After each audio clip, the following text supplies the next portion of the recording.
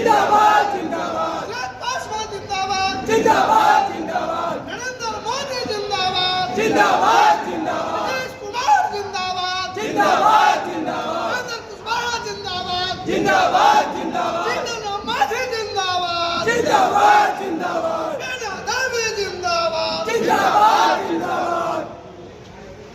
लोकसभा चुनाव से जो है आप चुनाव लड़ रही, क्या कुछ कहना चाहेंगे?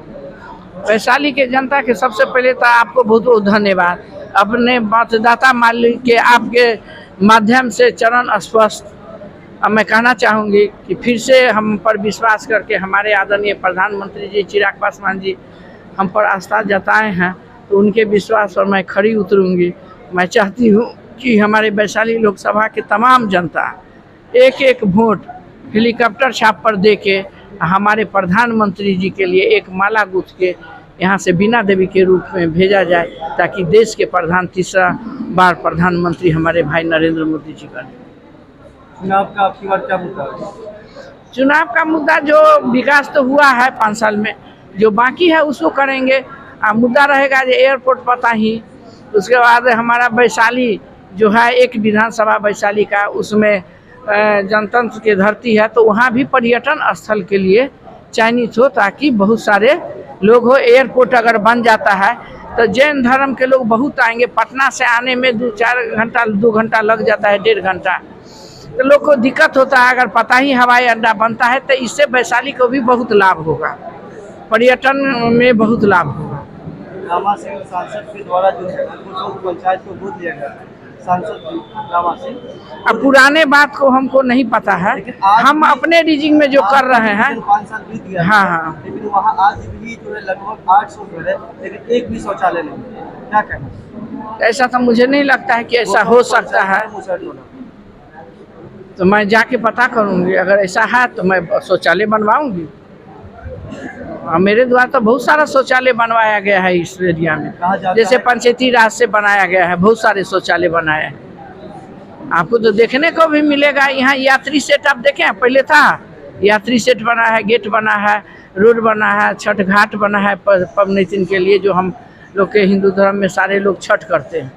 इसलिए लोगों का डिमांड था जो कुछ घाट बनवा दीजिए, ये दिक्कत होता है। कह रहे हैं कि जो आपके विपक्षी कैंडिडेट है वो बाहुबली करे जाते हैं। देखिए, विपक्षी के काम है, उसको कुछ बात नहीं मिलेगा। वो बहुत लोग आएंगे चुनाव लड़ने, तो आएंगे ही कोई ना कोई, वो बहुत सारा अनाप शनाप बोलेंगे, उसके पीछे हमारे जनता को नहीं जाना है। वो सिर्फ बीना देवी को जानते हैं, अपने देश के प्रधानमंत्री को जानते हैं, चिराग पासवान जी को जानते हैं, नीतीश कुमार को जानते हैं, उपेंद्र कुशवाहा जी को जानते हैं, जीतन राम मांझी जी को जानते हैं। उनके आधार पर वोट करना है कि हम देश के लिए चुनाव लड़ रहे हैं। हम राज्य के लिए अभी चुनाव नहीं हो रहा है, अभी देश के लिए हो रहा है। तो देश के लिए हो रहा है तो देश हमारा सुरक्षित रहेगा, तभी तो हम देश में रहने वाले सारे लोग सुरक्षित रहेंगे। तो देश का चुनाव है, हमको प्रधानमंत्री जी को देखना है, हमारे सीनियर जितने भी लीडर हैं जो गठबंधन में आ रहे हैं, हमको उनको देखना है। आज हमारे पूर्वज कहते कहते चल गए दुनिया से, 500 साल के बाद आज राम मंदिर बना कि नहीं बना? सुरक्षित हम लोग सब समाज के लोग हैं कि नहीं हैं? रामचंद्र भगवान जी झोपड़ी में एगो रखल थे बहुत दिनों से, किसी ने हिम्मत नहीं किया। मोदी जी ने हंसते हंसते इस चीज़ को पार कर दिए। तो क्या खासियत? 370 धारा, कांग्रेसों तो 60 बरस राज किया, हमारे देश को कहाँ से कहाँ ले गया था, वो गड्ढा में गिरा दिया था। हम उस सदन के गवाह हैं। 370 जो हम लोग हटाए, आज कश्मीर में जाइए, आपको पैसा है, ज़मीन खरीद लीजिए, रहिए, हमारा तिरंगा लहरता है वहाँ, वहाँ हमारा सब कुछ है, सेटअप है, हमारे देश में है। उस कश्मीर के लिए कितना बड़ा तनाव बना हुआ था, तो हटा कि नहीं हटा? आखिर हिम्मत तो मोदी जी ने किए। 30 बरस से हमारा, 25-26 बरस से हमारा महिला बिल रखा हुआ था पटल पर, किसी नेता ने हिम्मत नहीं किया। कांग्रेसी ने जो भी राज किया देश में, कोई हिम्मत नहीं किया।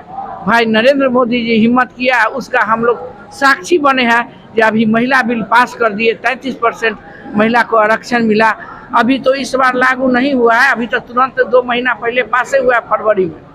हाँ, उसके बाद महिला बिल होगा तो 33% महिला लोकसभा में जब महिला जीत के जाएगी पूरे देश से, बिहार से, तब लगेगा कि हाँ ये कुछ हुआ है। अगर आप तो हमारे लिए तो दोबारा मौका देती, चुनाव जीतने के बाद सबसे पहला मुद्दा विकास का कौन सा काम करेंगे?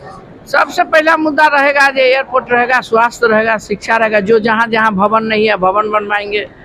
जहाँ जहाँ जो दिक्कत है वो जो जनता कहेंगे वही काम पहले होगा। अपनी मर्जी से नहीं होगा, क्योंकि जनता ना चाहते हैं, देहात में रहते हैं, उनको मालूम है जो कौन चीज़ पहले होना चाहिए गांव में। कहते हैं कि चुनाव जीतने के बाद मैडम जो है लौट करके नहीं आती है, कुछ चुनाव नहीं ऐसा अब हम क्या कहें, कोई टीन का चश्मा पहन के रहता हो वही ऐसा बोलता रहा, वो विरोधी का काम है। देखिए मेरे सपोर्टर कोई नहीं कहता होगा, मीनापुर में हर सुख शराब में जो बुलाया आए, हमारा भी कुछ दायित्व है। जब हम चुनाव जीत के जाते हैं तो लोकसभा सदन में भी हमको पकड़ना रहता है। आप भी मीडिया में काम कर रहे हैं, आपको मालूम होगा कि हर 2-3 महीना के बाद सदन खुलता है। तो नेता सदन में रहता है, गांव में नहीं रहता है। वहाँ जो देश का भाग विधाता, जो देश में कानून बनता है, उसमें हम लोग साक्षी बन के उसको पास करते हैं, तब सदन में आता है तो पास होता है। तो वो काम के लिए आप लोग हमको चुन के भेजे हैं, तो उस काम को हम नहीं करेंगे। अगर जब सदन चलता है तो भी जाहिर होता है कि आप सदन से नहीं बाहर जा सकते हैं। तो ये सब प्रक्रिया है सरकार की। तो सरकार जिस काम के लिए हम लोग को टिकट देते हैं, वोट देते, जिताते हैं, तो उनका भी काम करना है। जनता मेरे मालिक है, इनके भी दुख सुख में, पर्व पवनी में जो बोला है, हनुमान नाम छठी में अगर हम यहाँ हैं मुजफ्फरपुर में तो हम चले आते हैं। अगर हम नहीं है, दिल्ली है, तो सही बात है, वैसे घर हम नहीं पहुँचे होंगे। इस बात को हम अपनी गलती के स्वीकारते हैं। जब हम मुजफ्फरपुर नहीं है तो हम कैसे आएंगे? हर परिवार में सभी लोग नेता नहीं है जो सभी लोग नेता करने चले जाएं। क्या अपील करना चाहेंगे जनता से? अपील है जो पुराने बात के भूल के नए से आप मोदी जी के लिए वोट करें। सब गिला शिकवा फिर हम आएंगे, फिर जो विकास अधूरा उनको लग रहा है वो लोग कहेंगे उसको पूरा करें।